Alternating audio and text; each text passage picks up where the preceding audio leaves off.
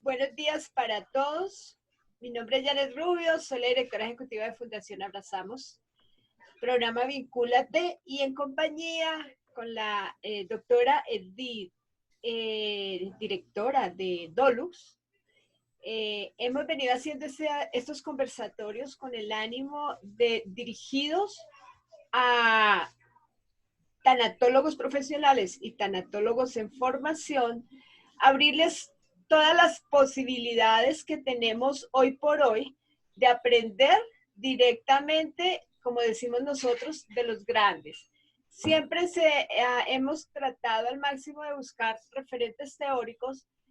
Yo siempre les digo, ¿no? Que podamos tocar, palpar. Hoy que podamos contactar a través de estos medios y que desde su magnífica estructura como profesionales tan supremamente amorosos como siempre nos ha resultado y tan supremamente generosos nos quieran compartir de sus experiencias. Este es el objetivo que hemos traído entonces en estos conversatorios. Hoy tenemos entonces el inmenso honor de presentar al doctor Juan Carlos Trayero. Él es licenciado en medicina, especialista en medicina familiar y comunitaria, máster en cuidados paliativos de la Universidad de Barcelona, posgrado en acompañamiento espiritual por la Universidad Ramon Llull, presidente y fundador de la Fundación Paliaclinic, consultor de cuidados paliativos en Suanity, formador y docente en el ámbito del final de la vida. Y es autor de los libros Destellos de luz en el camino, Vida después de la muerte de María y El oscuro camino hacia la luz. Bienvenido, doctor. Para nosotros un honor enorme. La dinámica va a ser, por favor, vamos a mantener micrófonos apagados. En cualquier momento que requieran hablar, en la parte de abajo, del lado derecho de sus pantallas, aparecen unos iconos donde pueden levantar su mano. O sencillamente, si estamos a la vista de pronto, pues la levanta físicamente si así lo quiere. También pueden escribir en el chat alguna de sus preguntas. Cuando estamos en una reunión presencial, en un aula de clase y demás, eso es lo que hacemos, ¿no? Y demás nos mantenemos en silencio. También el tema virtual obliga a la misma etiqueta, entonces para que por favor la tengamos en cuenta. Vamos a escuchar al Doc de sus historias, de toda su sabiduría. Así que bienvenido, Doc. Muchísimas gracias. Muchas gracias. La verdad es que para mí es un honor y una gran satisfacción estar aquí con todos ustedes. Y además para mí es una doble satisfacción, 3 años después de su publicación, poder volver a hablar otra vez de Destellos de luz en el camino, que es un libro que, como me decía hace poco una persona, pues me ha dado muchas alegrías. O sea que eso es lo que haremos un poco a propósito del libro, pues comentar algunos aspectos sobre el libro y sobre todo sobre lo que hay en el fondo de este libro, que son, como dice su subtítulo, historias de acompañamiento al final de la vida. ¿De dónde sale el libro? Bueno, como ha dicho Janet, yo soy médico de familia, pero hace ya pues bastantes años que derivé hacia el mundo de los cuidados paliativos por una serie de circunstancias personales y profesionales. Y es un mundo en el que ya quedé de alguna manera atrapado, ¿no? Me he dedicado no solo como médico a atender a personas al final de la vida, sino que además he puesto en marcha proyectos asistenciales o proyectos sociales. Eso quiere decir que en los últimos años, bastantes, tantos como 15 o entre 15 y 20, pues mi hábitat natural ha sido el final de vida de las personas, el proceso del morir de las personas. Eso me ha permitido acumular experiencia, madurar como persona, no soy el mismo que hace 15 años, y acumular también una serie de vivencias y conocimientos que consideraba que era muy importante compartir. Era muy importante compartir porque además es un ámbito del que hay muy poco conocimiento y mucha ignorancia. Y yo, aparte de los proyectos que puse en marcha, en todo momento quise iniciar una tarea de divulgación. Es decir, empecé a escribir artículos, empecé más adelante a hacer conferencias, a hacer formación, que es a lo que ahora me dedico más, y también a escribir libros. ¿Por qué? Porque de todo lo que sucede en el ámbito del final de vida, la gente se imagina unas cosas, pero en realidad muchas veces suceden otras. Y porque hay mucha ignorancia y mucho desconocimiento, y explicar lo que realmente está pasando, yo pensé que podía ayudar mucho a la gente. ¿Para qué se escribe un libro? Bueno, pues depende de a quién lo dirijas y depende de con qué objetivo lo escribes. Y este libro en concreto, Destellos de luz en el camino, tenía varios objetivos a cubrir, que ahora les explicaré. Claro, lo primero que quería era mostrar que en un mundo como es el del proceso del morir, que lo asociamos a oscuridad, a dolor, a pérdida, a sufrimiento, a tragedia, a nada bueno, porque no nos viene a la cabeza nada bueno cuando hablamos del morir. Pues yo lo que quería mostrar es que no todo era así y que efectivamente, aunque hay tristeza y hay oscuridad, también hay otras cosas que suceden. También hay luz, como aparece en el título, ¿no? También hay luz en ese camino hacia el final de la vida. ¿Y de dónde sale esa luz? Pues esa luz sale básicamente la que desprenden las personas. Y personas que en este caso son personas reales, porque las historias que aparecen en el libro son reales, no son ficción. Son historias que se explican tal como sucedieron. Y son esas personas que aparecen a través del amor, a través de la entrega, de la generosidad, a través de su grandeza humana, pues que ponen luz en ese camino que aparentemente tiene que ser tan oscuro. Y el hecho de saber que estas historias tan cargadas de humanidad son reales, son de verdad, le pasaron a personas, pues tenía que ser un estímulo para que uno pudiera pensar, pues bueno, que ¿por qué no nosotros no podemos vivirlo así? Porque a veces es mucho peor lo que nos imaginamos. Explicar historias que en las cuales aparecen situaciones de belleza, situaciones mágicas, e insisto, situaciones reales. Pues hay que explicarle esto a la gente, porque oigan, de historias tristes, dramáticas y catastróficas, ya los medios de comunicación nos sirven para desayunar, para comer y para cenar. Por tanto, se trata de poner sobre la mesa otras cosas que también suceden y que, como he dicho, son reales. Pues yo quería mostrar esto. Quería mostrar que morir de otra forma es posible y que en los procesos de final de vida pueden suceder cosas maravillosas. Y que eso podemos nosotros también aspirar a ello y podemos aspirar también para nuestros seres queridos a los que vamos a acompañar. Por lo tanto, ese era un primer mensaje. Un segundo objetivo que me planteé fue hacer un homenaje a todos los profesionales que participan de una u otra manera en el acompañamiento al final de la vida de las personas, formando parte de los equipos de cuidados paliativos en el rol que sea, no importa. La verdad es que todos los que nos dedicamos a esto, aunque desde fuera les parezca imposible, estamos como enganchados a esta tarea. Es una tarea muy delicada, muy complicada, pero que el que se mete ya no la quiere dejar. Es un privilegio poder acompañar desde primera fila a las personas en un momento tan trascendente de su vida.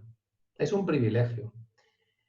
Y eso nos permite vivir de muy cerca experiencias muy intensas, aprender mucho y desde luego que estas experiencias no siempre son gratificantes porque también se sufre, pero el balance global es muy positivo. Y además de homenajear a estos profesionales, también quería homenajear a las propias familias y a los enfermos, a los que se fueron entonces, los que aparecen en el libro, pero también a todos los que se han ido y a los que se irán, como los que se están marchando ahora, pues con la epidemia que estamos viviendo, ¿no? Estas personas en su momento nos dieron el permiso para entrar en sus vidas, porque quien acompaña de tan cerca entra en la vida de esta persona. Y eso, insisto, no deja de ser un privilegio. Por tanto, también iba por ellos este libro. Destellos consta de 15 historias, 15 relatos. Cada uno tiene su propia característica, ¿no? No son iguales, todos tienen algo diferente. Claro, ¿por qué estos y no otros? Bueno, pues porque llamaron la atención de mí mismo o de algunos de los profesionales de mi equipo. Había una serie de historias que yo tenía claro que quería contar porque yo había estado en primera persona, pero había otras que sencillamente yo hablé con los miembros del equipo que entonces dirigía y les pregunté. Es decir, oye, tú, de todos estos años que llevamos, ¿de qué caso te acordarás toda la vida? ¿Y por qué? Y salían esos casos de la señora tal, del señor cual, ¿no? Y entonces así hicimos la lista. Y lo que hicimos entonces fue un proceso que resultó muy bonito, que fue para revisar cada uno de los casos, reunirnos todos los que habíamos participado, de una u otra manera. Y entonces recordar lo que había sucedido. A veces en estos pequeños grupos se incorporaba incluso algún familiar. Algún familiar, pues bueno, que había perdido a su padre, a su madre, a su hijo, y que se incorporaba al grupo para recordar lo que se había vivido. Y eso fue un ejercicio tremendamente emocionante, porque además a veces habían pasado unos meses, pero a veces ya habían pasado varios años de aquel caso.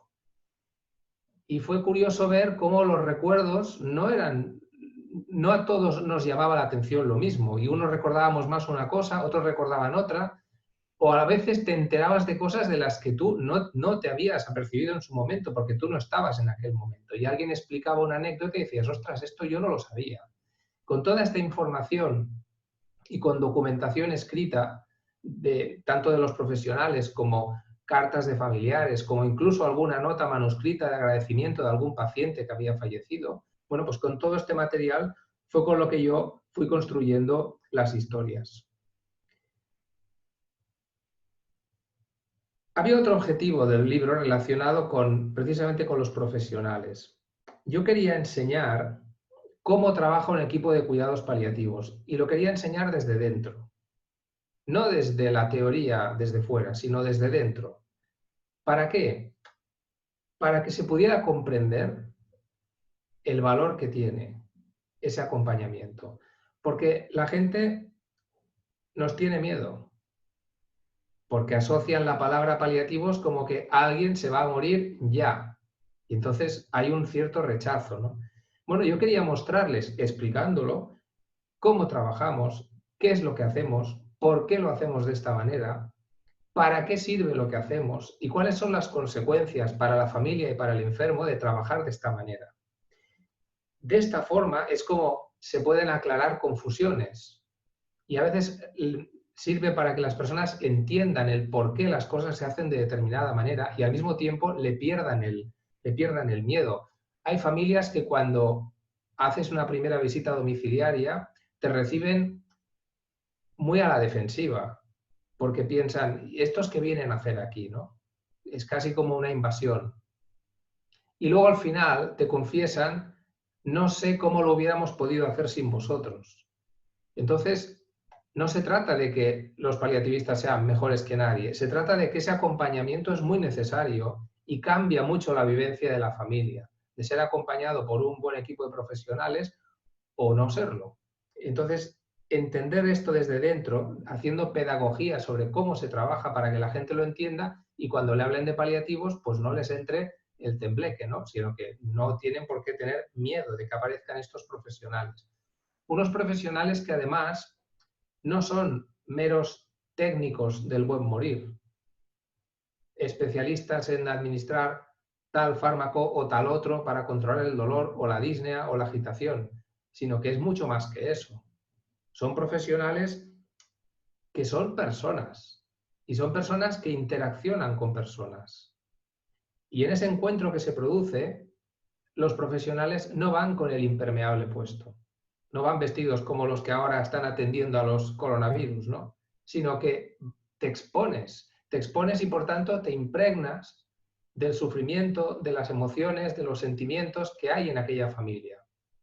Y eso es lo que facilita este encuentro humano y lo que elimina las jerarquías, ¿no? La jerarquía del yo ordeno y mando, sino que aquí estamos todos haciendo cada uno lo que le toca en pro de que el enfermo se vaya de la mejor manera, ¿no? Y esto es algo que también quería explicar y que se visualizara leyendo historias reales. De este libro se ha dicho curiosamente que es un canto a la vida. ¿Por qué digo curiosamente? Porque son 15 muertes, son 15 historias de muerte y sin embargo, pues se ha escrito que este libro es un canto a la vida. Yo sé que este libro, hay gente que le ha dado miedo leerlo. Me consta que hay amigos míos que se compraron el libro por fidelidad a mí, pero el libro acabó enterrado en la biblioteca y no se atrevieron a leerlo. Por cierto, esto suele pasarles más a los hombres.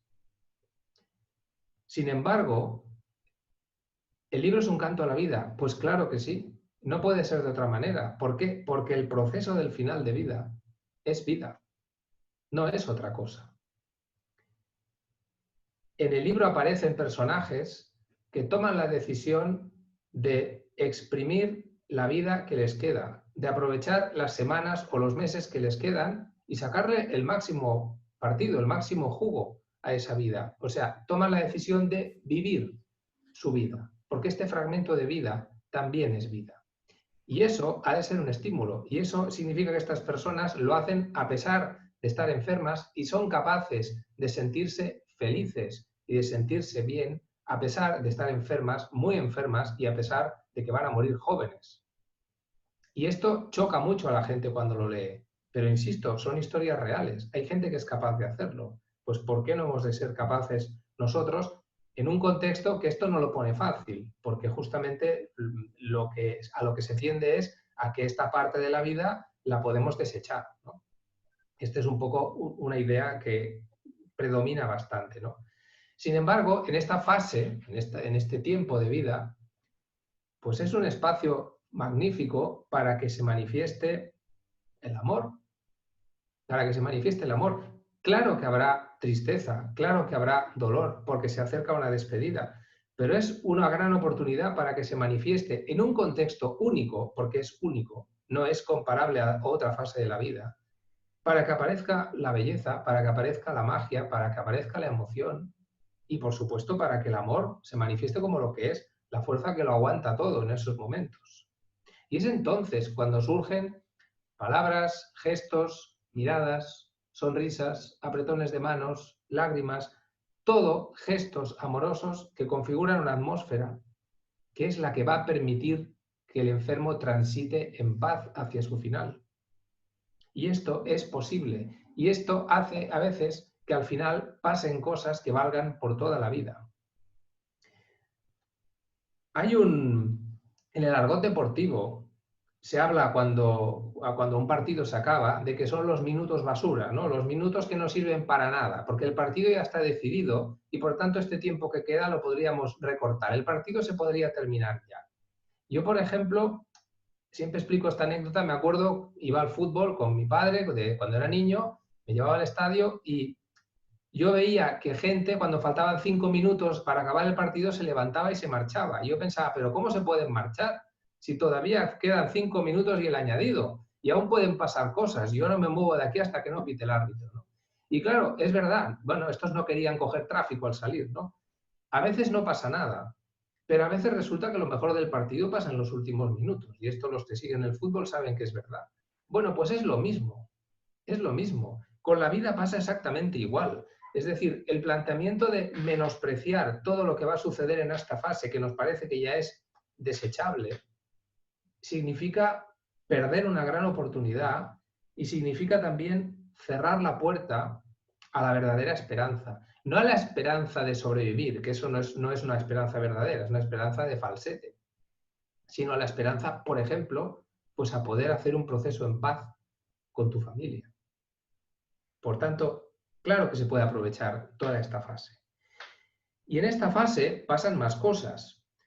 Es un espacio también, si estamos atentos, para que se presente el misterio envuelto en diferentes formas.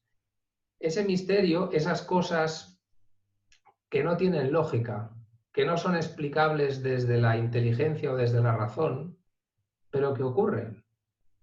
Y en el libro aparecen varias. Y todas son estrictamente reales. A mí hay gente que me preguntó, oye, aquello que explicas en el capítulo tal, bueno, esto, como diciendo, esto te lo has inventado, ¿no? No me lo he inventado. Esto ocurrió así. Y además yo estaba delante, es que ni siquiera me lo han explicado. Los hechos son los hechos. Después uno los interpreta como quiere. Y uno puede pensar que todos son una cadena de casualidades, o uno puede pensar que hay algo más. Eso ya depende de cada uno. Pero que suceden cosas, vamos a llamar extraordinarias, todo depende de que tú tengas los ojos abiertos y la mente abierta para leer en otra clave cosas que están sucediendo delante tuyo. Y cosas que en general lo que hacen es añadir belleza y magia a estas fases, ¿no? La gente no recuerda estas cosas mal. A mí me ha pasado que después de leer el libro me ha escrito gente diciéndome, por un lado, que les sorprendía que un médico escribiera esto, porque parece que los médicos, si somos científicos, no podemos escribir cosas así, y por otro lado, me explicaban entonces su historia, como diciendo, bueno, a este señor se lo puedo explicar, y le puedo explicar esto que me pasó, que no se lo puedo explicar a casi nadie porque me dan un antipsicótico.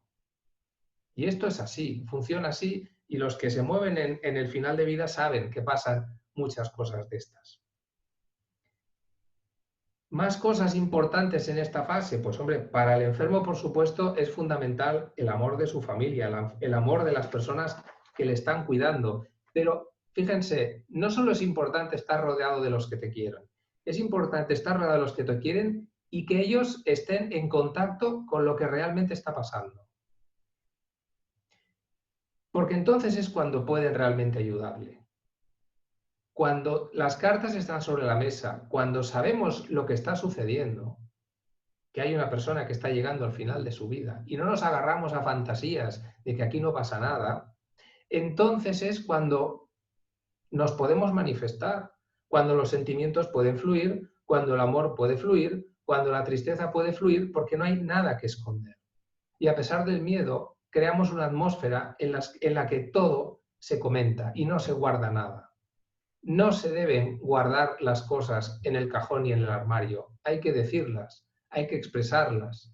Es el momento de decir qué quieres, es el momento de abrazar, es el momento de hacer lo que ahora hay que hacer. En cambio, si estamos empecinados en luchar contra lo irremediable y sobre todo en que parezca que no está sucediendo lo que en realidad sí que está sucediendo, entonces es cuando las cosas quedan por hacer. Si no hay un ambiente de aceptación, es muy difícil esto. Cuando hay un ambiente de aceptación, se decide aprovechar el tiempo que queda. Y lo aprovechan entre todos. Y eso es lo mejor que puede pasarle al enfermo. De lo contrario, cuando no es así, después viene él, debería haberle dicho, debería haber hecho, debería haber estado. Y esto pasó porque en su momento no se aceptó qué es lo que estaba sucediendo en ese momento. Yo soy muy insistente con este tema de la información y de la aceptación. Y claro, para poder hacer esto nos obliga a ir contracorriente, porque la corriente, la inercia en general, social, ¿a qué nos empuja? Nos empuja a la lucha. El lenguaje que rodea la enfermedad siempre es bélico. Es la lucha, el combate, la pelea, la resistencia, y dale, y dale, y dale. Siempre es un poco lo mismo. Y además trasladándole al enfermo un poco la responsabilidad de tener la suficiente fuerza de voluntad y resistencia como para salir adelante. Y esto puede acabar haciendo mucho daño, tanto al enfermo como a la familia. Entonces, yo no digo que no haya que luchar, pero lo que sí sé es que hay tiempo para luchar y hay tiempo de poner las armas, como digo. Entonces, y lo malo de estar centrado solo en la lucha para que no llegue ese final que no queremos que llegue, lo malo no es la lucha. Lo malo es que no dedicas este tiempo a prepararte para lo que en realidad está sucediendo. No dedicas este tiempo a preparar una salida buena, a preparar un final digno, a preparar una salida en paz, un buen cierre de tu vida, porque estás distraído con otras cosas. Y porque los mensajes que te van diciendo son de que todo va a acabar bien. Y entonces, cuando la gente se agarra a esta ilusión, trabajar un buen final de vida se convierte en algo mucho más complicado. Por eso, la lucha puede estar bien, pero hasta cierto punto. Y sobre todo siempre alternando con un segundo plan, que es el de prepararse para lo que en realidad está pasando. ¿Todo esto por qué ocurre? Pues por el miedo. El miedo siempre es el gran culpable de buena parte de nuestros males, ¿no? El miedo está detrás de muchas de las malas muertes que suceden. Ese miedo que empuja a mentir, que empuja a fantasear, ese miedo que nos bloquea, que nos impide manifestar nuestros sentimientos y que lleva a veces a proteger, a aislar al enfermo, que queda incomunicado y sin posibilidad de compartir sus preocupaciones, sus esperanzas, sus miedos, porque nadie está dispuesto a bajar, a sentarse con él para que lo pueda compartir, porque están en la fantasía de que esto no está sucediendo en realidad. Los constantes mensajes de positividad, del todo va a ir bien, que no se fundamentan en nada, acaban siendo muy perjudiciales, porque bloquean esta posibilidad de aprovechar la fase final de la vida. Entonces, como digo, cada cosa tiene su momento. Y si el problema fundamental es el miedo, yo estoy convencido de que hablar de aquello que nos da miedo es el primer paso para empezar a tenerle menos miedo. Cuando aquello que tememos lo ponemos en palabras, empezamos a desvestirlo. Cuando aquello que nos da miedo, en lugar de en abstracto, lo empezamos a concretar, pierde su poder sobre nosotros. Ya no nos infunde tanto miedo. Nos infunde miedo lo abstracto, lo indefinido, lo que en realidad no sabemos. Pero cuando empezamos a concretar, cuando empezamos a hablar desde lo real, desde lo concreto, insisto, ya no tiene tanto poder sobre nosotros. Ya nos vemos más capacitados para afrontar ese miedo. No digo para no tener miedo, porque miedo vamos a tener siempre, pero sí para afrontarlo de otra manera. Y esto era otro de los objetivos del libro, es decir, explicar lo que pasa para que la gente vea, pues bueno, pues que esto es así, que una cosa es lo que sucede y otra cosa es lo que nos imaginamos, ¿no? Entonces, si tú quieres hacer una reflexión sobre este tema, hazlo basado en datos reales, en hechos reales, en historias reales, no en historias de terror que te ha contado la vecina o que te lo explica quien sea o que tú te lo imaginas, porque lo que nos imaginamos siempre es mucho peor que lo que sucede en realidad. Nadie nos ha enseñado cómo vivir estos procesos. Hace un momento, antes de empezar, lo estábamos comentando, ¿no?, en la conversación previa. Esto no lo sabemos, nos encontramos cuando llega, ¿no? Y como no sabemos, tenemos que improvisar. Y tenemos que improvisar en un contexto de angustia, de incertidumbre, de miedo. Y entonces, ¿qué pasa? Pues que normalmente tomas malas decisiones. Es normal. Si no sabes y encima estás presionado, pues es muy fácil que te equivoques. Claro. Porque además, como el contexto general es de negación, es de tabú, es de que este tema no se habla y este tema no sucede, pues bueno, sobre esto pagamos un precio. Es decir, no sabemos nada y a veces tampoco queremos saber nada. Y vivimos como si no fuéramos a morir. Y a pesar de que sabemos que la única certeza que tenemos es de que un día moriremos, nosotros vivimos de espaldas a eso. Y entonces sucede que cuando la muerte llama a la puerta, siempre nos coge de sorpresa. Siempre. Esto es una gran paradoja. Es decir, es lo único que sabemos seguro, pero siempre nos coge de sorpresa. No puede ser. ¿Cómo es posible? Pero es la incredulidad, ¿no? De por qué yo, o por qué mi padre, o por qué mi hermano, o por qué este, o por qué... Bueno, y la otra pregunta es, ¿y por qué no? Porque desde que sales a correr ya tienes la meta puesta también.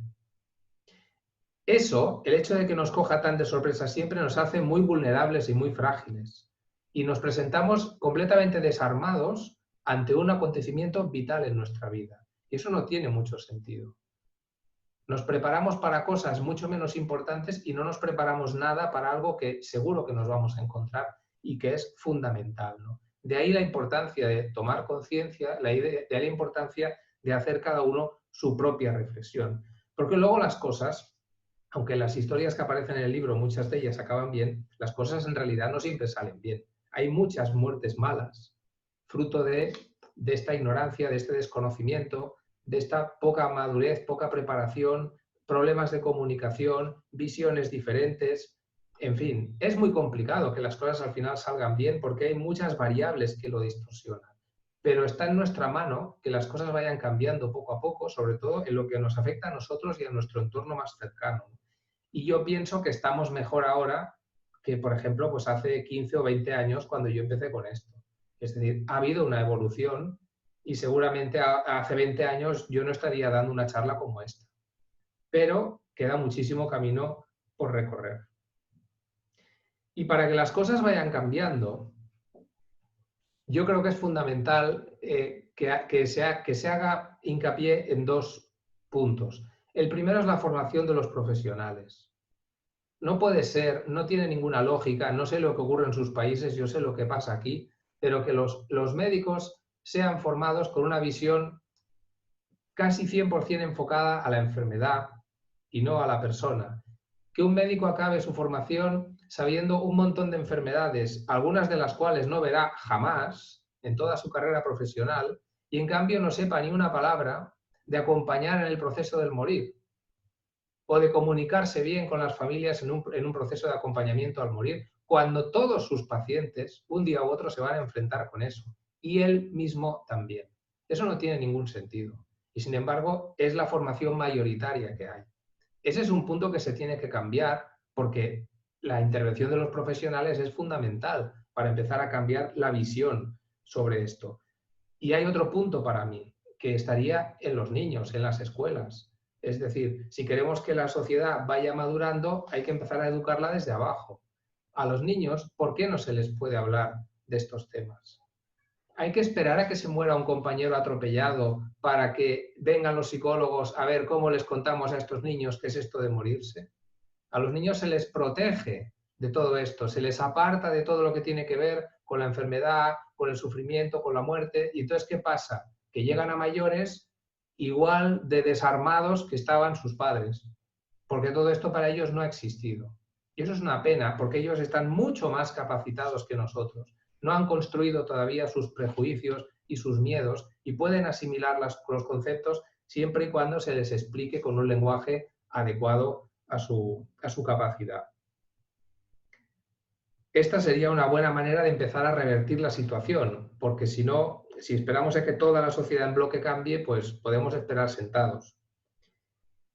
A pesar de que no se quiere hablar del tema, hay cada vez más curiosidad, hay cada vez más personas que preguntan sobre estas cosas y que quieren que les hablen desde el conocimiento, desde la realidad y en un lenguaje comprensible. La gente no quiere manuales teóricos, quiere que les cuenten cosas que les lleguen, ¿no? Y entonces ves cómo se movilizan, ¿no? Porque sí que hay curiosidad, cada vez hay más personas que quieren saber cosas sobre esto. Nosotros no podemos cambiar el final del guión. La vida es como un guión de cine que está escrito y que la última página pone fin. La última página pone fin. Y te pongas como te pongas, la última página pone fin. Entonces, claro, lo que tú sí puedes hacer es escribir las últimas páginas y que las últimas páginas se correspondan con el resto del libro y sean coherentes contigo mismo. Pero si en lugar de dedicar el esfuerzo a eso, lo dedicas a que no llegue la palabra fin, a no llegar a la última página, entonces, ¿qué pasa? Que mientras tú estás distraído con esa pelea, otros escribirán las últimas páginas por ti. Y igual no te gusta lo que escriben. Por tanto, es importante centrarte, aceptar que se está acabando esto y de que tú puedes decidir cómo van a ser estas últimas páginas, cosa que puedes empezar a preparar mucho antes. La negación, la no aceptación de lo inevitable, el pretender que no llegue la palabra fin de la última página, al final solo sirve para que todo el mundo sufra más. Sufre más el enfermo, sufren más los familiares, sufren más los amigos y lo pasan peor los profesionales. Es que no gana nadie. Y sin embargo, hay una insistencia en continuar en esto, ¿no? Lo peor no es morir. Lo peor es morir mal. Y la alternativa no es no morir. Esa no existe. La alternativa es morir de otra manera. Por tanto, ahí es donde hay que poner el trabajo. Y eso es posible. Y no solo es posible, sino que cambia completamente la vivencia de toda esta etapa posterior que queda. Esta fase que he dicho que es vida y que es perfectamente aprovechable. Pero que no podrás aprovechar si la dedicas solo a resistirte contra lo que está pasando y a no aceptar la realidad de lo que está pasando. Claro, hablamos de morir bien. Morir bien no es gratis. Morir bien no es gratis. O sea, esto no es tan sencillo. Como todo lo importante en la vida, necesita de un trabajo y necesita de una reflexión que considere, que empiece por considerar tu muerte, tu finitud, como una posibilidad real. no como algo que les pasa a los demás, sino como algo que realmente te puede pasar a ti. Y que no nos va a pedir cita con antelación. No nos van a mandar un WhatsApp y nos van a decir, ¿le viene bien que venga el día 26 a las 5 de la tarde? No, no nos van a avisar. Entonces, integrar ese concepto, que es muy duro de integrar, de que no solo somos finitos, sino de que eso puede suceder cualquier día y de que cualquier día puedo entrar en un diagnóstico que empiece la cuenta atrás, cambia completamente la visión. Eso no nos aterroriza, sino que en realidad es justamente lo contrario, porque esto hace cambiar la mirada sobre tu propia vida y te hace vivir de una manera distinta. Tener integrado este pensamiento te ayuda a que, llegado el momento, si es tu vida la que se siente amenazada o la vida de alguno de los tuyos, tú pones en marcha ese pensamiento que ya tenías trabajado y recurres a eso que ya tenías trabajado. Cuando tú algo no lo has pensado nunca, es mucho más difícil que entonces te pongas a pensar. Si el tema lo tienes reflexionado, pues en ese momento es como ir a buscar los apuntes, aquellos apuntes de la carrera que tengo guardados sobre este tema, y entonces los refresco. Es que funciona un poco así.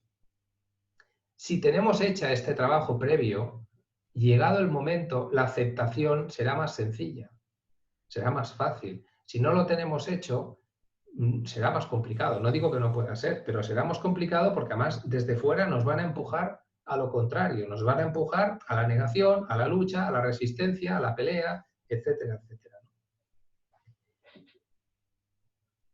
Y esta muerte en paz que digo que hay que preparar, hay una cosa que me han preguntado a mí a menudo, ¿no? En entrevistas. Oiga, ¿y cómo lo hace la gente de estos que usted ha visto, ¿no? Cuando las cosas han ido bien y el paciente se ha ido en paz, ¿cómo lo han hecho? Porque yo también quiero, ¿no? ¿Cuáles son los ingredientes para conseguir esto? A ver, la respuesta podría depender de a quién se lo preguntan. Yo respondo desde la experiencia que yo he acumulado de los pacientes que he ido acompañando y he visto, ¿no? Y desde ahí yo tengo claro que hay una serie de condiciones, pero ya digo, esta es mi opinión, ¿no? Y la primera que quiero comentar, para mí es la importancia de que la información que fluya, la información que se maneje, sea verdadera.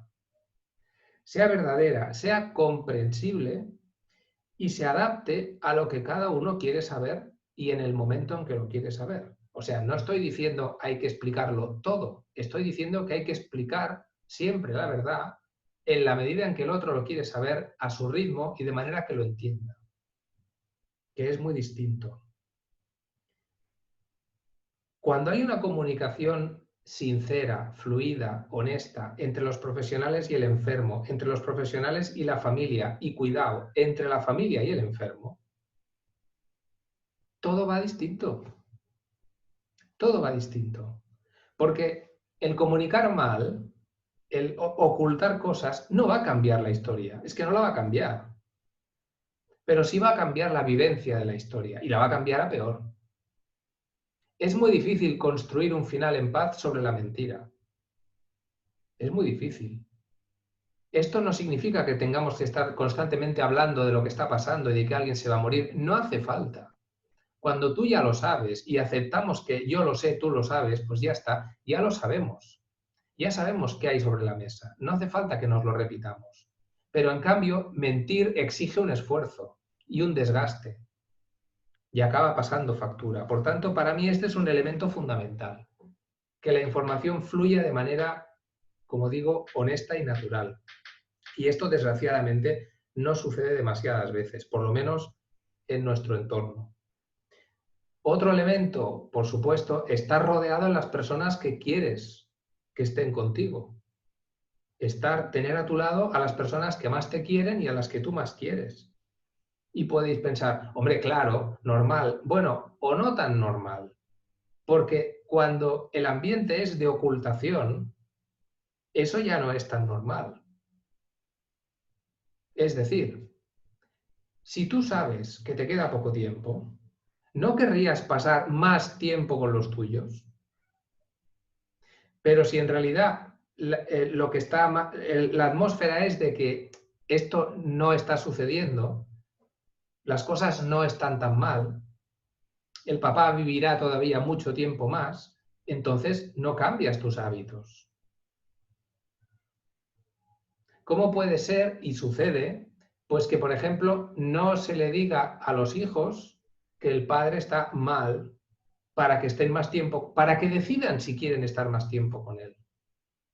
Porque si se les dice, se van a preocupar, o porque el padre se dará cuenta de que sus hijos vienen a casa. ¿Cómo puede ser que a un hijo que vive en otro país no se le avise de que el papá está mal y que tome la decisión de volver a casa o no? O, por ejemplo, pues que se evite a los amigos que visiten o que llamen para que el enfermo no se dé cuenta de que está peor. Eso es un desastre. Y eso, desgraciadamente, sucede. Sucede cuando se construye sobre la mentira. O sobre la fantasía, si queréis. Si la palabra mentira nos gusta, sobre la fantasía, ¿no? La normalidad, la naturalidad, el dejar que las cosas fluyan es la mejor manera. Y si el paciente quiere ver a los amigos, pues que los vea. Y por supuesto que seguramente querrá que sus hijos estén con él, pues que estén. ¿Cómo no vas a quererlo? Bueno, si se llevan bien, por supuesto. Por tanto, vuelve a ser importante que haya una verdad sobre la mesa y de esta manera facilitar que las personas que más importantes son para el enfermo realmente estén con él.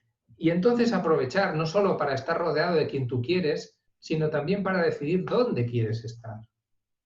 Y aprovechar este tiempo, como decíamos al final, como decíamos antes, pues también, pues bueno, para pasar ese balance de tu vida. Ese balance en el cual te reconcilias con tu propia vida. Te reconcilias con lo que tú has hecho, te enorgulleces también de lo que has hecho y de alguna manera vas preparando ese cierre de la vida. Y esto es fantástico para que las personas puedan llegar al final en paz. Pero para que eso suceda, tiene que haber unas condiciones informativas y de acompañamiento por parte de los suyos.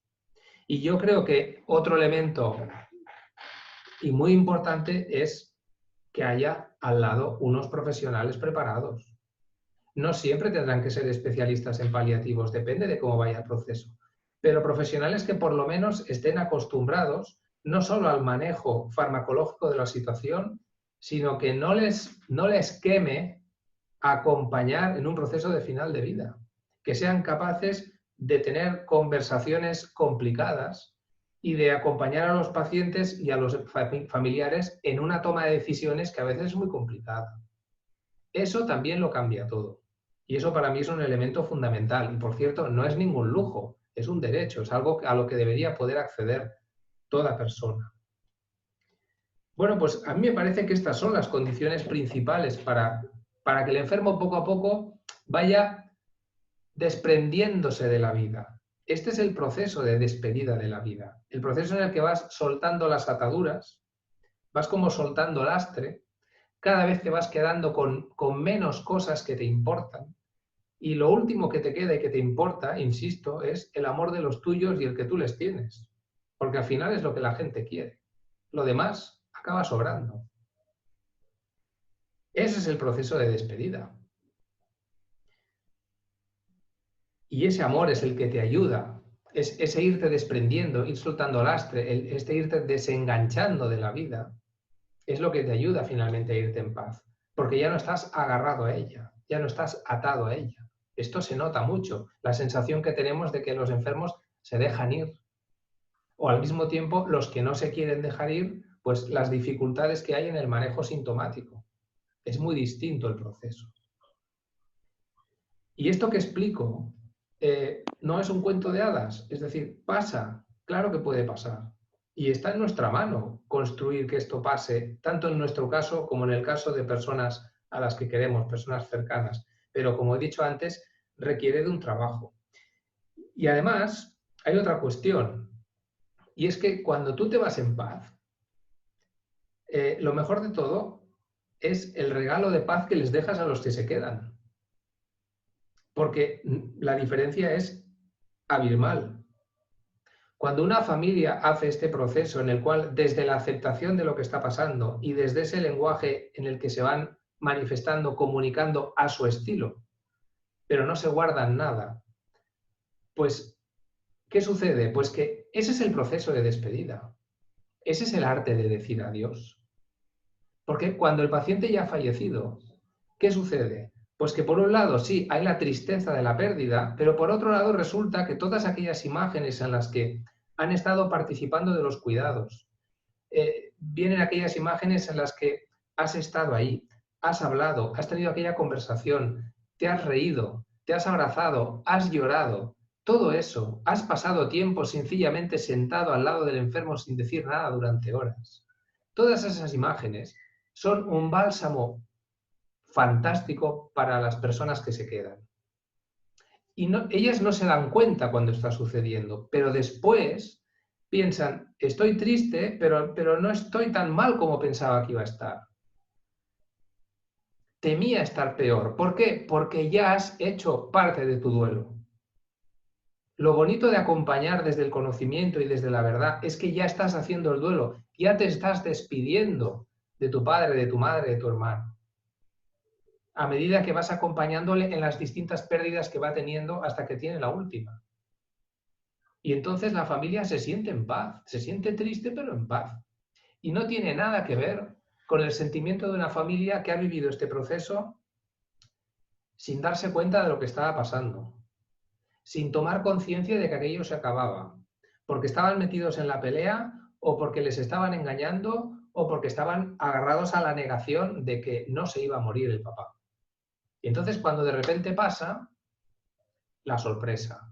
¿Cómo puede ser? Y entonces es cuando afloran los sentimientos de culpa, los sentimientos y los duelos son mucho más complicados. Por tanto, esto de morirse en paz no es una frivolidad, es que es invertir no solo para que el propio enfermo se vaya bien, sino porque los demás van a quedar infinitamente mejor. Y esto es así. Por eso merece la pena dedicar algo de tiempo a pensar en esto, pero a pensarlo de verdad y a fondo. Hacer una reflexión profunda, no una reflexión intelectual. Esta reflexión hay que hacerla desde muy adentro. Ahora, por ejemplo, con la pandemia, que me imagino que ustedes están igual, bueno, ha sido un buen momento. ¿Por qué? Porque nos hemos sentido amenazados de verdad. O sea, no es pensar, bueno, ¿y si un día me diagnostican? No. ¿Qué pasa si mañana me levanto con fiebre? Y pasado voy a urgencias y me dicen que me separan de mi familia porque me tienen que aislar. Y 2 días después me meten en la UCI y no sé si voy a salir. Oye, pues, ¿qué pasa? Si sucede, pienso que mi vida ha valido la pena, estoy donde quería estar, he hecho lo que quería hacer o no. O no, ahora no, por favor, que no he hecho nada de lo que yo quería hacer. Bueno, ahora es un buen momento para hacer esta reflexión. Una reflexión de verdad, ¿no? Porque hacerla desde la teoría no sirve para nada. Entonces, entrar y analizar qué es lo realmente importante para ti. Desde la óptica de que somos mortales, es cuando somos capaces de identificar qué es lo que de verdad es importante para mí. Las personas que han sobrevivido a no sé cuántos días en la UCI después de esto, seguro que su vida no va a ser igual a partir de este momento. Porque habrán tenido tiempo de pensar qué es lo que realmente les importa. Y si quieren que la segunda parte de su vida sea igual que la primera o van a cambiar algo. Pero eso pasa porque lo pensemos de verdad. Y en la medida en que nos acercamos, al final, o lo vemos posible, pues esa reflexión es fundamental. Por tanto, podemos pensar, ¿yo qué querría para mí? ¿Y qué no querría? ¿Dónde querría estar? ¿Quién querría que me acompañara? ¿Qué sería lo que yo querría mantener y preservar hasta el final? ¿Qué sería lo más importante para mí? ¿Hasta dónde dejaría llegar a los médicos? Estas reflexiones es muy interesante tenerlas. Pero, insisto, tenerlas de verdad, tenerlas a fondo. Y una vez te lo has pensado bien, compártelo con las personas más cercanas a ti, que sepan lo que piensas.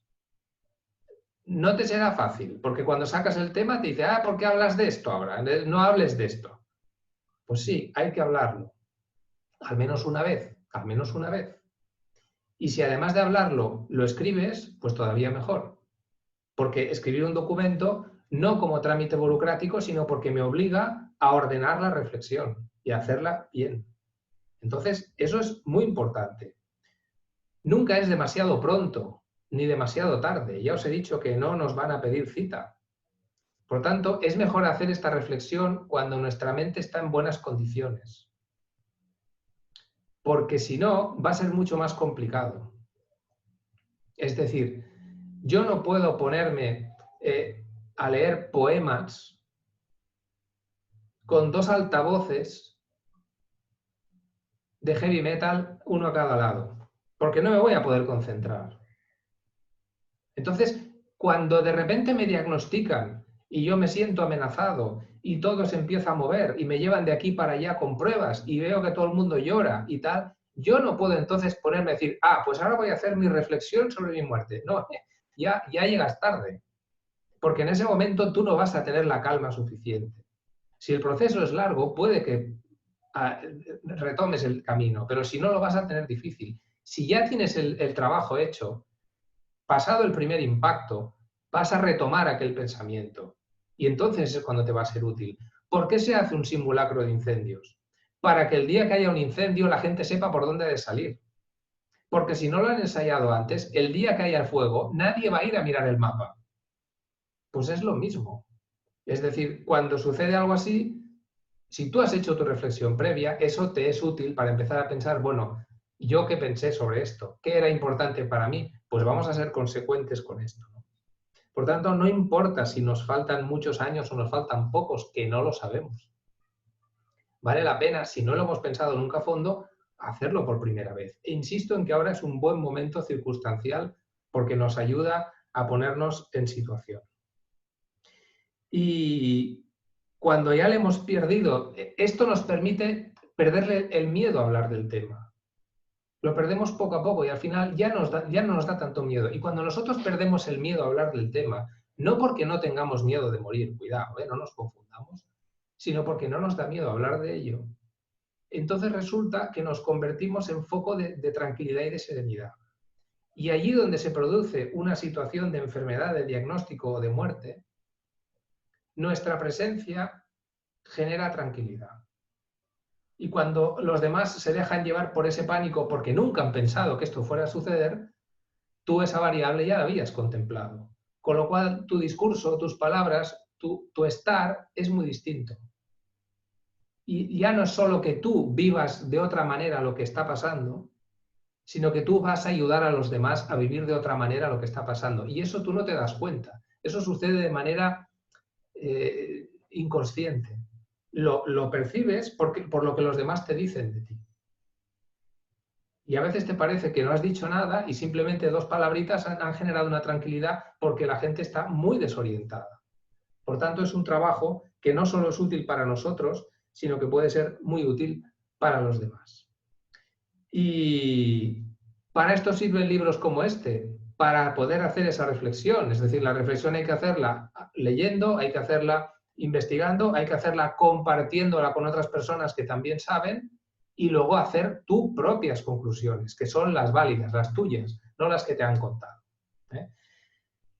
Y bueno, con esto ya llevamos los 50 minutos, yo creo que ya es suficiente porque quiero dejar tiempo para que puedan preguntar alguna cosa, o sea que esto es lo que quería contar. Simplemente voy a leer al final un fragmento de la introducción del libro porque la verdad es que me hace gracia que siempre que presentan el libro todos ponen el mismo fragmento y ustedes lo han vuelto a hacer en el cartel de la presentación, sin que yo les dijera nada. Y simplemente pues lo leo para concluir la exposición, ¿no? Dice, al final del camino no todo es oscuridad ni dolor. Hay personas que brillan y producen destellos de luz que no solo iluminan su propio camino y el de quienes les acompañan, sino que pueden ayudar a iluminar el de otros que conozcan su historia. Pues nada, un placer y espero que tengan alguna pregunta. ¡Wow, doctor! La verdad que además de esta reflexión tan supremamente valiosa en nosotros mismos, una apertura inmensa en tanto que nos falta aprender y hacer. Edith, te dejo. Ay, doctor, pues muchísimas gracias, muy agradecida y pues es un tema muy bonito, a mí me apasiona en lo personal, me encanta y creo que nos falta mucho, muchísimo y sobre todo en la preparación para los jóvenes médicos, los médicos que ya están, que de alguna manera pues lo pueden tomar, lo pueden hacer y prepararse desde el acompañamiento para poder ser más, más médico, más humano, más ser humano, más persona y pues llegar también al final cuando se nos llegue y estar conscientes de que puede ser en cualquier momento, podemos perder, pues tenemos que perder, pero perder, morir bien, como usted lo dijo claramente, porque yo creo que la mayor parte de las personas no lo estamos haciendo bien o no están muriendo bien, precisamente por no saber comunicar las malas noticias o comunicar una noticia de enfermedad, y yo creo que también es parte de la formación del personal de salud, saber comunicar las malas noticias, o también es un arte comunicar las malas noticias, y sobre todo de hacer conciencia y educarnos en el respeto al otro, al que tiene que saber la verdad, porque el protagonista es la persona que está al final de la vida y es el que tiene que decidir cómo quiere morir, en dónde quiere morir y con quién quiere morir también.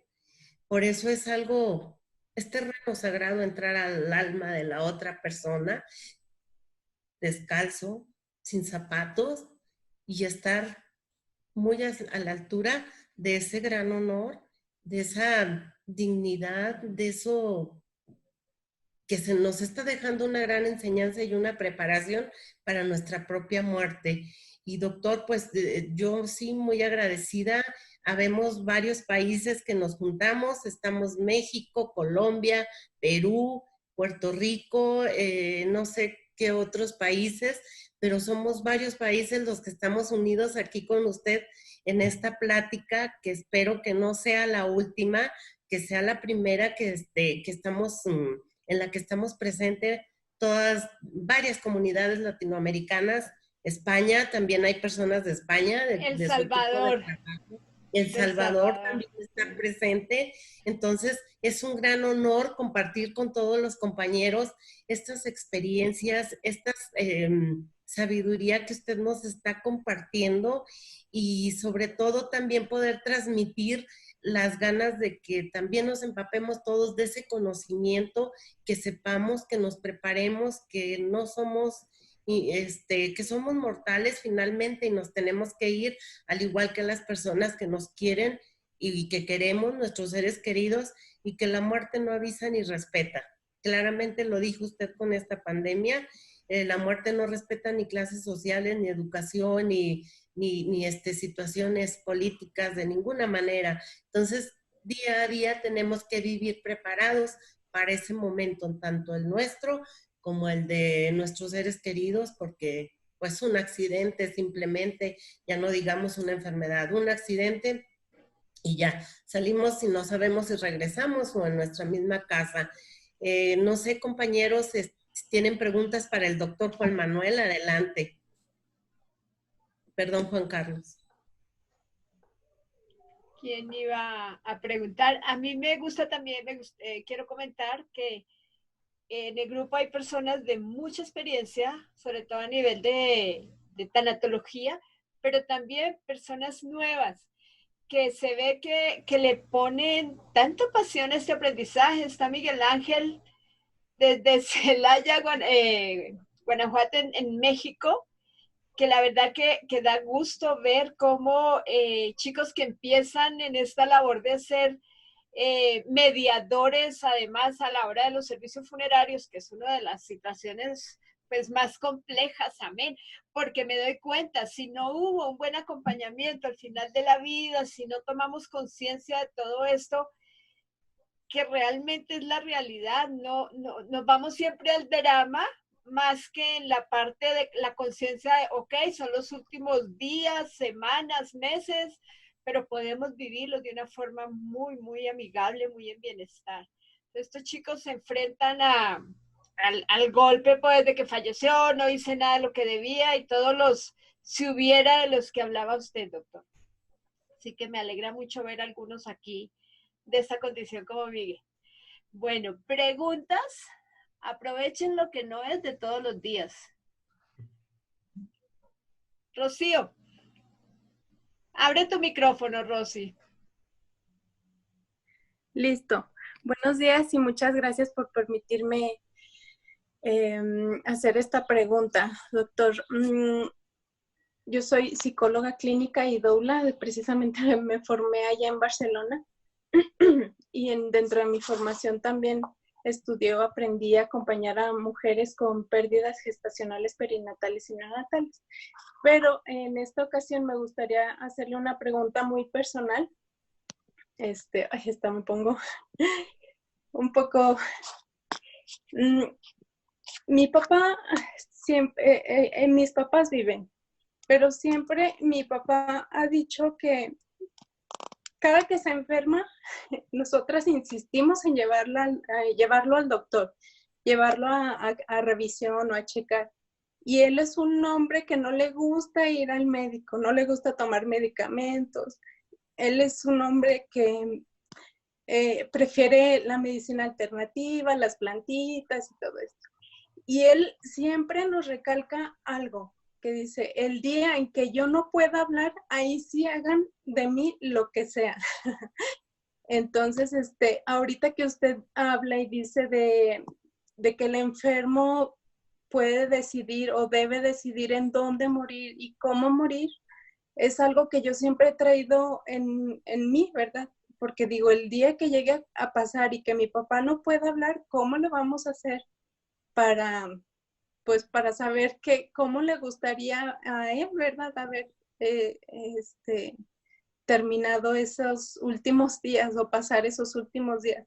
Me queda claro que, como dice usted, acompañado de su familia, ¿verdad? Eso sería lo ideal y conociendo a mi papá, pues lo sé que eso sería, pero si me pudiera usted compartir algo, lo agradecería de todo corazón. Gracias por la pregunta, que no es nada fácil, ¿eh? A ver, cuando pensamos en qué hemos de hacer por otra persona, el primer paso siempre es ponernos en la piel de la otra persona. ¿Y qué querría tu papá, no? ¿Qué es lo que querría él? A veces, lo que el otro querría no es lo que nosotros querríamos para él. Y eso nos cuesta. Pero dar ese paso de respetar qué es lo que el otro quiere es un paso de amor también. Si tenéis dudas sobre en realidad qué es lo que... Si no lo he entendido mal, ¿no? Si ya no puede hablar, ¿cómo nos va a poder decir qué es lo que quiere? A lo mejor hay que hablarlo antes. Cuando hablamos de pensar nosotros, también hablamos de poder compartir. Si tu padre en algún momento ha mencionado eso, si un día pasa tal cosa, te ha dado permiso para que hables de ello. Con lo cual, es decir, bueno, y si esto pasa, tú, papá, ¿qué es lo que querrás? ¿Dónde quieres estar? ¿Qué quieres que hagamos? Y la respuesta te la va a dar él. Si no, si él no te la ha dado, tú tendrás que intentar, tú que lo conoces, ponerte en su lugar y pensar qué querría él. Pero eso es más difícil. Si ya te lo contesta, es mucho más sencillo. Yo creo que tienes la oportunidad de poderlo hablar directamente. Y lo de que le den miedo a los médicos y no vaya y tal y cual, pues bueno, claro, eso es una decisión personal. Tampoco se puede forzar, ¿no? Ya digo que a veces respetar lo que el otro quiere no nos resulta fácil, pero esto es muy, muy típico, ¿no? O sea, lo que queremos, no lo digo por ti, lo digo en general, lo que queremos para nuestros padres, luego no lo queremos para nosotros. Y bueno, hay que ser respetuoso. Si yo quiero que me respeten a mí, yo también tengo que respetar lo que ellos deciden para sí.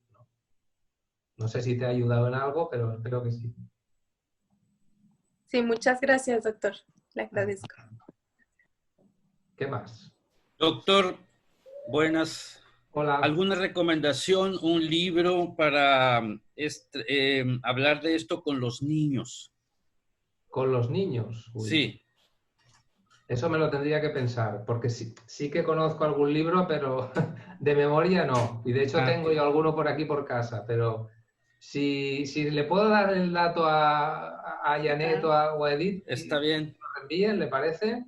Claro que sí, bien. Porque es muy importante saber cómo hablarles. Bueno, usted lo debe saber, pero saber cómo hablarles. Y en realidad no es nada complicado. Es mucho más fácil hablarles a los niños que a los adultos. Lo que hay que saber es que, claro, no es igual hablarle a un niño de 6 años que a uno de 12. Pero hay unas pautas que son bastante útiles. Ya se lo mandaré, porque tengo algún título por aquí, pero ahora de memoria no me lo sé. Perfecto. Muchas gracias. Nada, Hasta José Luis. pronto. Si me permiten, está el libro, nada más que no recuerdo el título, de la autora Cristina Romero Miralles, la autora del libro rojo de las niñas y el libro dorado de los niños. Acaba de sacar hace poquito un libro especialmente para hablar sobre la muerte hacia los niños. Sí, Pues mira, más que no recuerdo el título. qué bien, Rocío. Ok, muchas gracias, Rocío. ¿Alguien más? Yo, A ver, José. buenos días, doctor, desde El Salvador. Es un placer y un honor estar presente. Sí, con muchas de las cosas que usted relató de su libro, solo se me hizo memoria mi papá. Él ya va a cumplir 9 años de fallecido, y en el relato que usted hacía perfectamente iba recordando ciertas situaciones, como por ejemplo, yo creo que ella es de los latinos que a los hombres no les gusta ir al médico, porque él era bastante similar, y siempre que lo llevaban o lo llevábamos, él al salir sí que le dijo al médico que todo está bien, que no hay ningún problema, hasta que alguien entró con él, pues, y nos enteramos de que el diagnóstico de él fue cáncer en el estómago. Y lo otro que me llama la reflexión es lo que mencionó sobre el partido de fútbol. Yo, de hecho, soy aficionado al Barcelona, por cierto, de España, y el quedarse hasta el último minuto. Y yo lo comparo precisamente con la muerte de mi papá. Yo fui de los únicos hijos que estuvo presente al momento que él falleció, y en esos últimos minutos, pues precisamente me di cuenta que él sí se logró darle, tal vez no al 100%, lo que él deseaba, pero sí se vio que pudo tener esa buena muerte. Él, en su último aliento, pues incluso se le dibujó una leve sonrisa, lo cual a mí con el tiempo, y ahora yo tengo un año, más o menos un año y fracción de estar en este campo, y perfectamente, como usted lo dijo, es difícil, complicado, pero una vez entra uno y se va empapando, pues por amor a lo que uno hace, ya no se quiere retirar. Y tengo a mí, y aquí es mi maestra, públicamente lo digo, es Janet, ella es mi mentora. ¿Y a qué me refiero con esto? Que ahora entiendo y me da la serenidad que murió en paz. Y el miedo que ahora que tengo a mi mamá, poco a poco se ha ido disipando. A medida yo voy conociendo el tema, se me va a hacer mucho más sencillo. No fácil, obviamente, porque aquí en El Salvador tenemos un dicho que no es lo mismo verla venir que tenerla enfrente, ¿sí? Y para decirle a la persona cómo poder hacer es fácil, pero para aplicarlo en uno mismo es lo complicado. Entonces eso, gracias. Muchas gracias por la intervención. Muchas gracias.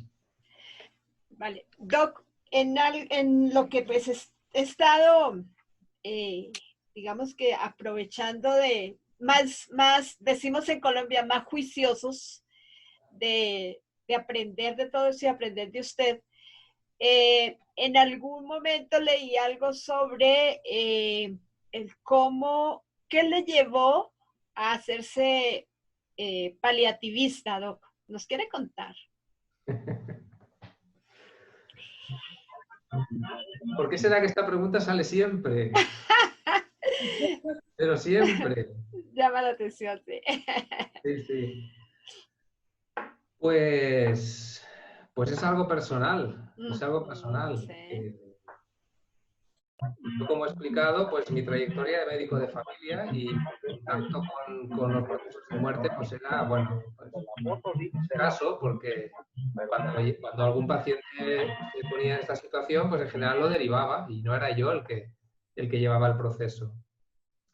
Hasta que enfermó mi padre. Entonces mi padre murió con 66 años de un tumor cerebral en pocos meses, y cuando esto sucedió, yo de cuidados paliativos no sabía nada. Nada de nada.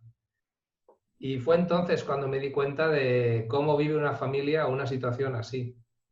Que no te la esperas, porque evidentemente no te la esperas, y bueno, y todo, en fin, sería volver a hablar otra vez de lo mismo, ¿no?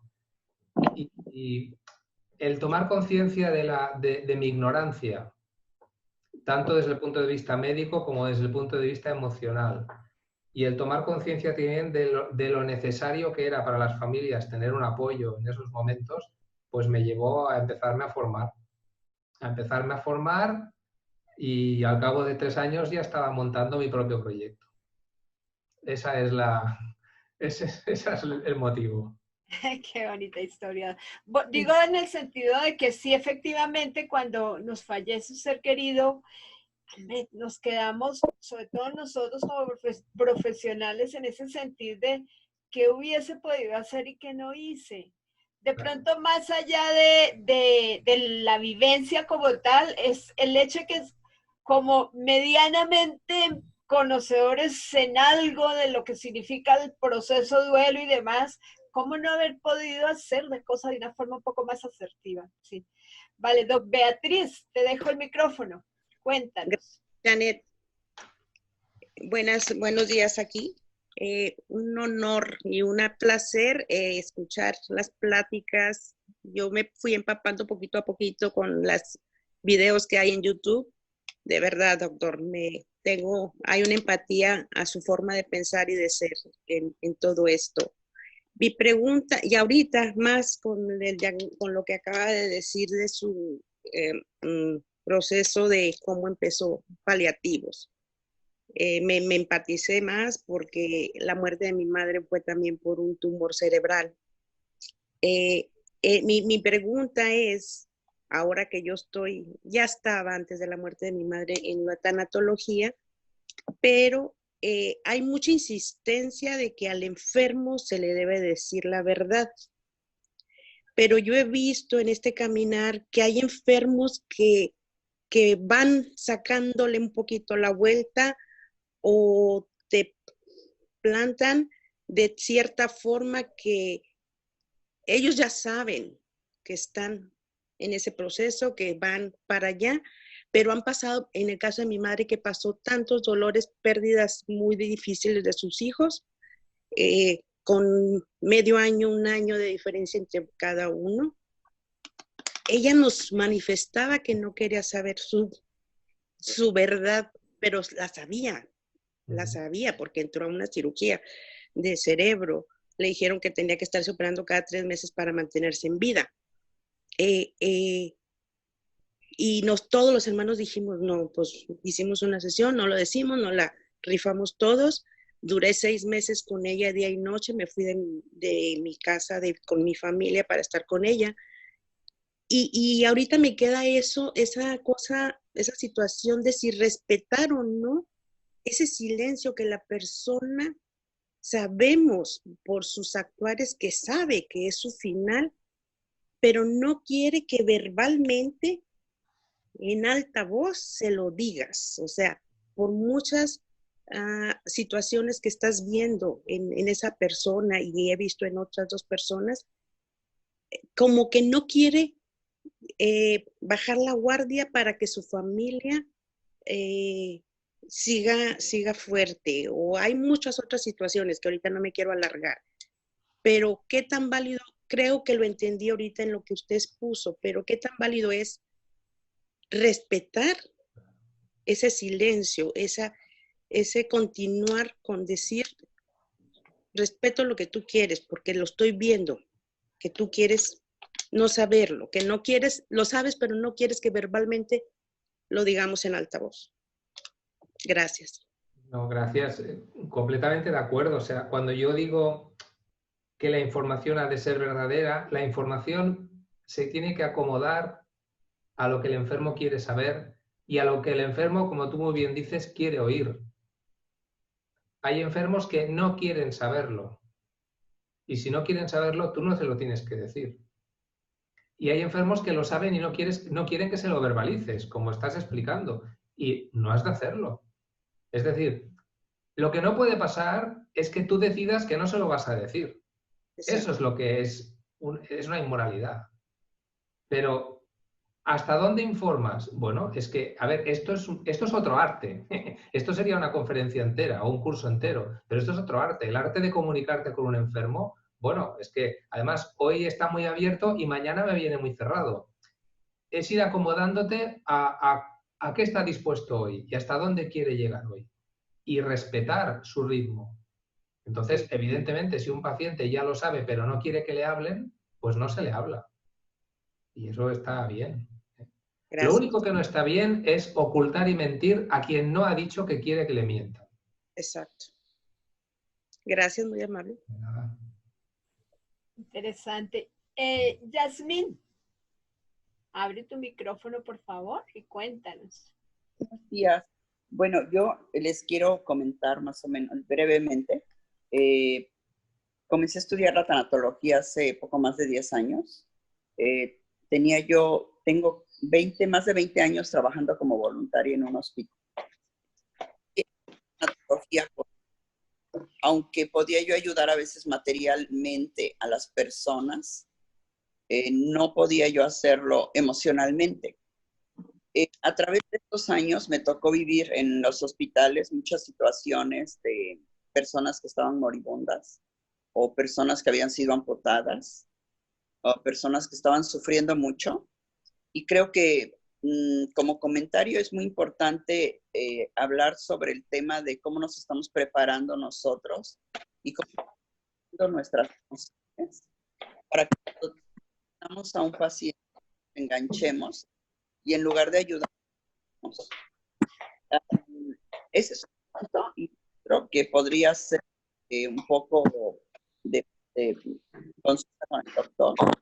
Es de qué forma, porque escuché que tiene preparación sobre el tema espiritual que poco tratamos a veces.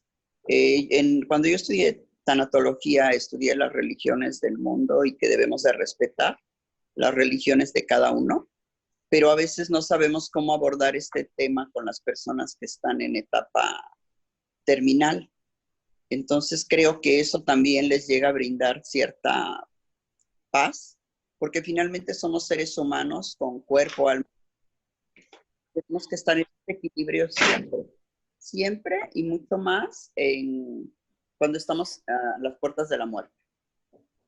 Entonces me gustaría que comentara el doctor sobre de qué forma o hasta qué punto podríamos abordar ese tema, ya sea con el moribundo o con los familiares, más bien con el moribundo.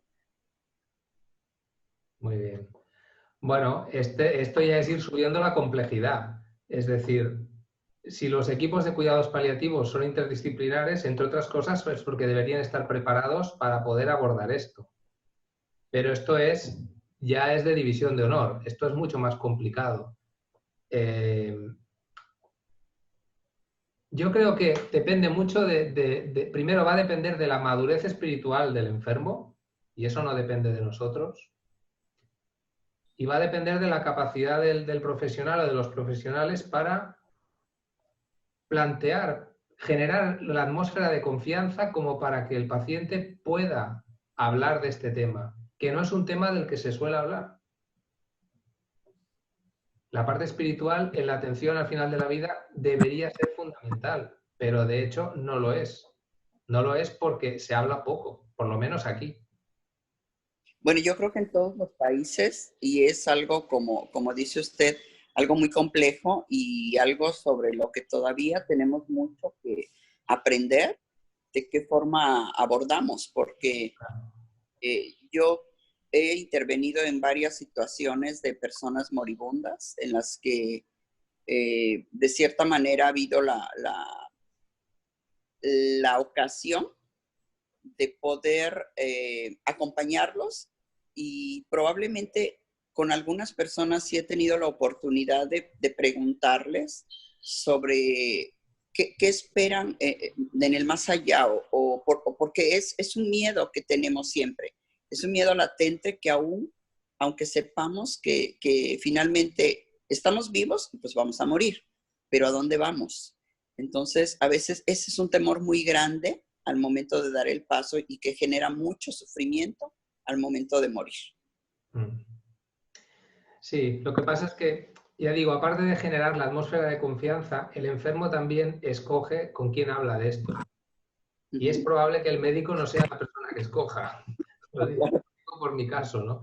Y a veces, suponiendo que el tema surja, pues igual se abre, pues a lo mejor se abre al voluntario, por decir de alguna manera. Y lo que habla con el voluntario que viene cada semana a hacer una visita, no lo habla con el médico, la enfermera o el psicólogo o quien sea. El enfermo decide con quién habla de qué. Pero en general, y hablo de lo que pasa en nuestro país, de esto a los enfermos les cuesta mucho hablar, mucho, porque no tienen costumbre. Y a los familiares también les cuesta mucho que el enfermo hable. Entonces, la cosa se complica más. Pero bueno, hay que estar preparado para poder acogerlo, eso desde luego. Qué situación, ¿no? Lili Martínez. Ok. Buenas. Hola, Lili. ¿Ya? ¿Ahora sí? Sí. Ok. Primero que nada, felicitar al doctor. Yo ya me quedan poquitas hojas de su libro. He estado hasta desvelándome para terminarlo. Está hermoso, la verdad. Soy tanatóloga y hace 2 años y medio empezó el doctorado, 3 años.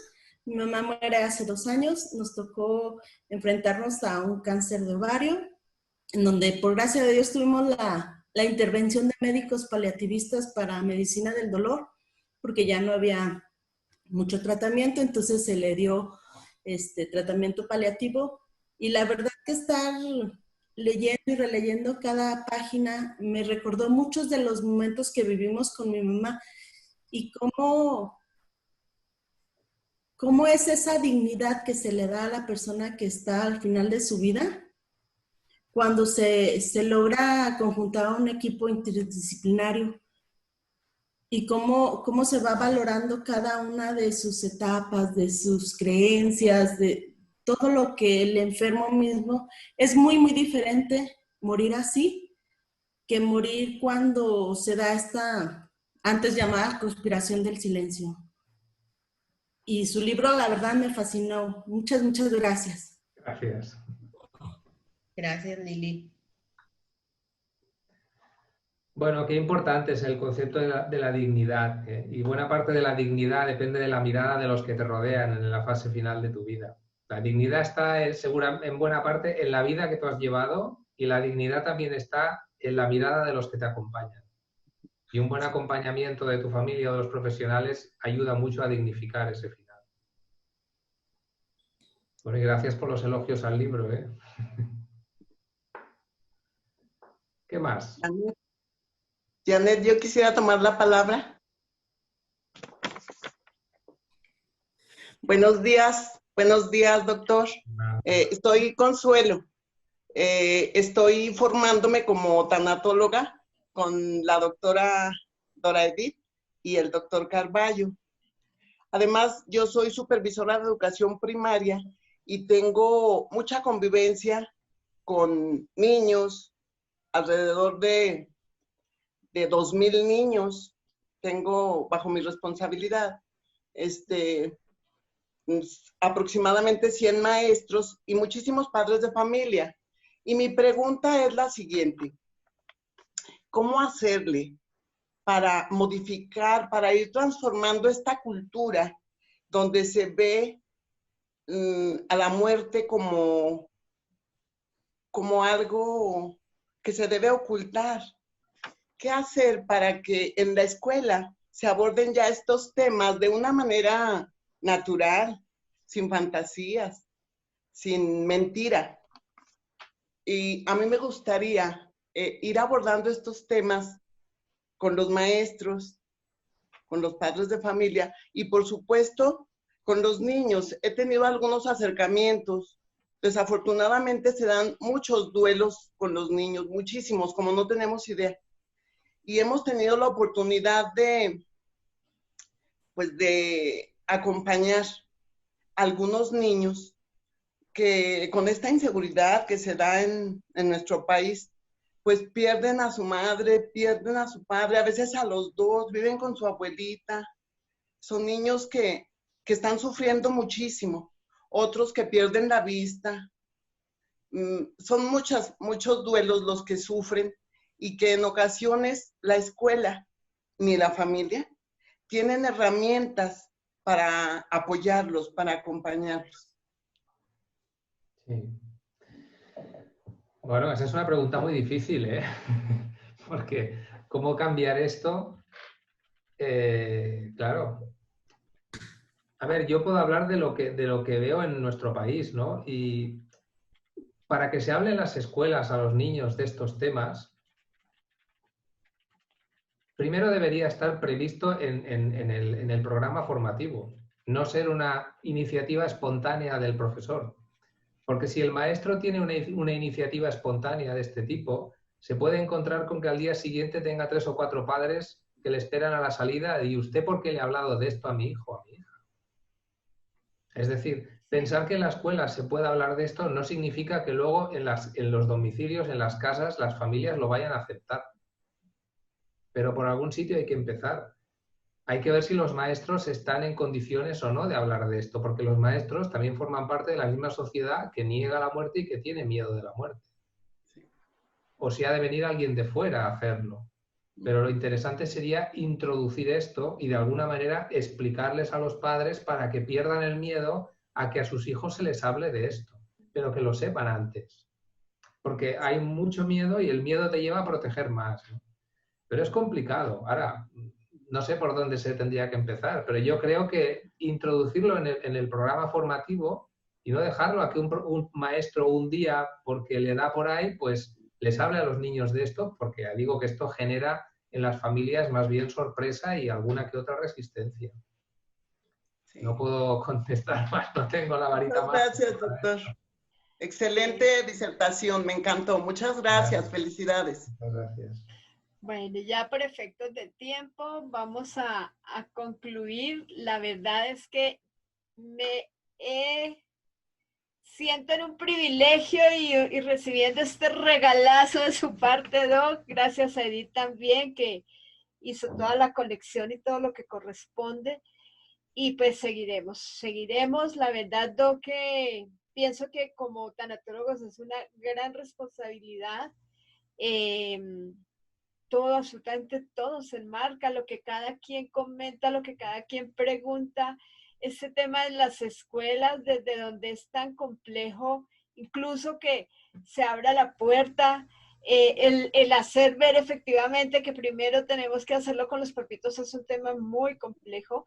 Muchas veces nomás en visitas sin ninguna trascendencia donde nos invitan, a mí me pasa en El Salvador porque pues soy la extranjera, entonces la gente es bien bonita y ven, y entonces ese ven tiene implícito aún y en algún momento vamos a hablar de qué es lo que se hace, pero ese miedo latente de las personas que llegan a decir, no, cambiemos de tema, por favor, mira, yo te quería brindarte pupusas hechas en casa, que es una de sus tradiciones hermosísimas, pero mejor cambiemos de tema. Entonces, siempre me quedo pensando, caray, si me invitan con ese amor en que lo hacen es porque quieren saber algo.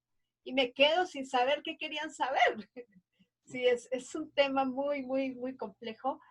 La muerte por tradición, pues, nos ha traído tantos mitos y tantas situaciones donde, pues, realmente a la hora de la verdad hay que hacernos amigos no solamente del hecho de morir, sino de todo lo que conlleva. Y algo que yo misma digo muchas veces, quien bien vive, bien muere. Que lo aprendí de una española a propósito. Quien bien vive, bien muere, ¿cierto? Sí. Entonces, Edith, te dejo, vamos a cerrar. Cualquier situación particular que quieran preguntar, la canalizamos a través de Edith y conmigo, si es preciso. Y pues, que no sea la primera vez. Gracias, Janet. Gracias. Muchas gracias a todos por habernos acompañado. Muchas gracias, Janet.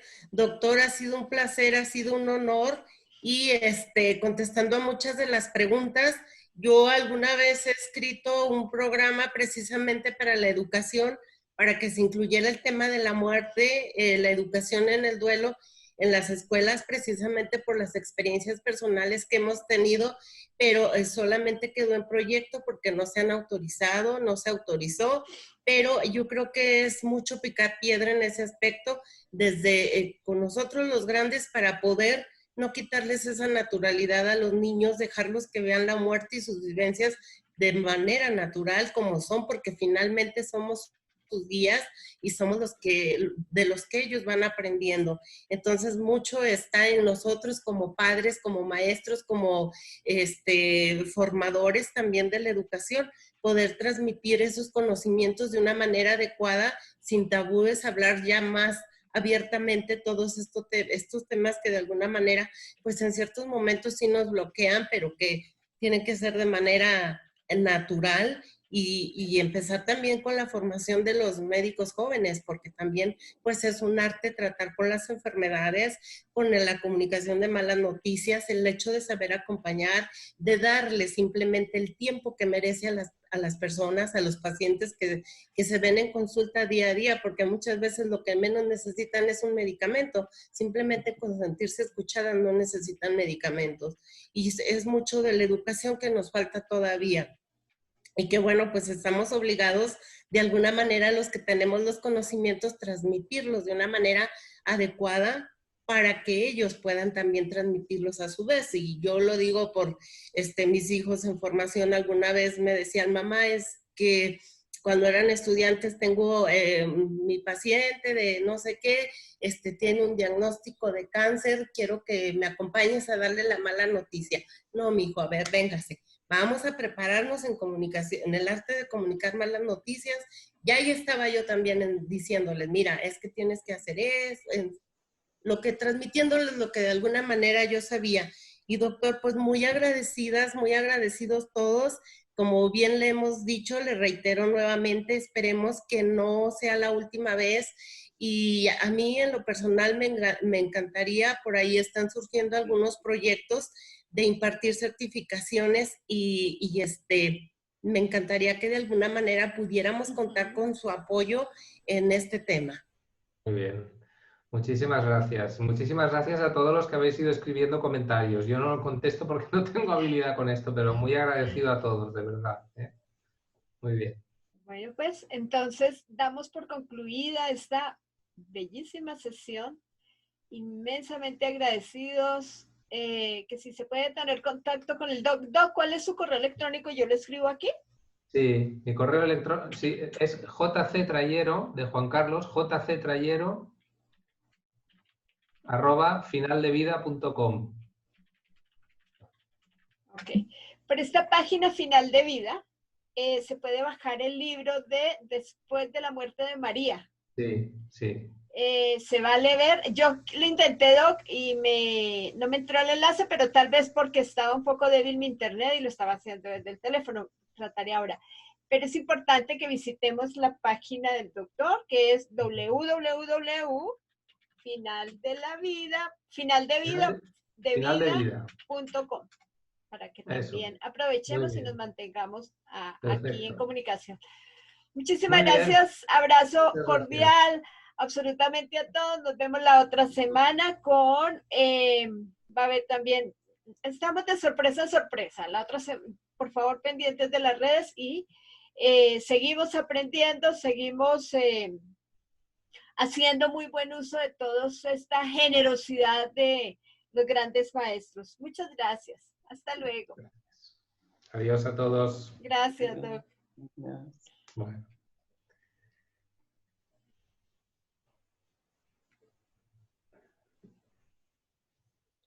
Saliendo. Hasta luego, hasta luego. Hasta luego.